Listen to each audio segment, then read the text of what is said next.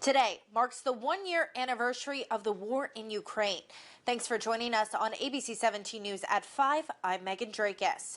Since the war has started, thousands have died and millions of Ukrainians have been forced out of their homes. Here's more on the last 365 days of destruction overseas. 1 year since the first Russian missiles hit Kyiv. Бо гинуть тут хлопці і дівчата. Ukrainian President Zelensky speaking to media from around the world. He says if the international community keeps its word about help and aid, Ukraine will definitely win.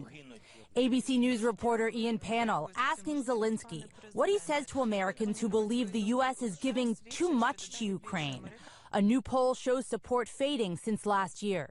What would your message be on the anniversary to those Americans? Zelensky first thanking Americans, going on to say if they do not support Ukraine, they will lose NATO. They will lose the influence of the United States of America. President Biden today announcing a $2.5 billion aid package for Ukraine and sweeping new sanctions against Russia. He also met with G7 leaders and Zelensky in a virtual meeting. The United Nations overwhelmingly approved a resolution calling for Russia to withdraw forces. 7 countries voted against it, 32 abstained, including India and China.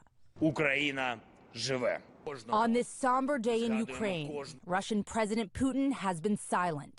Over the last year, Russia has killed tens of thousands of Ukrainian men, women, and children, uprooted more than 13 million people from their homes.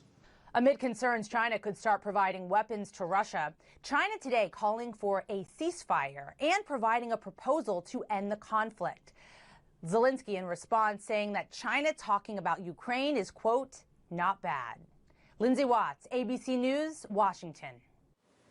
Over a dozen people gathered in downtown Columbia today to mark the one-year anniversary of the war in Ukraine. Demonstrators at the rally called for an end to the war, with some signs reading ceasefire and honk for peace. Since the war started, the United Nations says around 8,000 civilians have been killed and another 13,000 have been hurt. The demonstration is one of many being held around the country this week.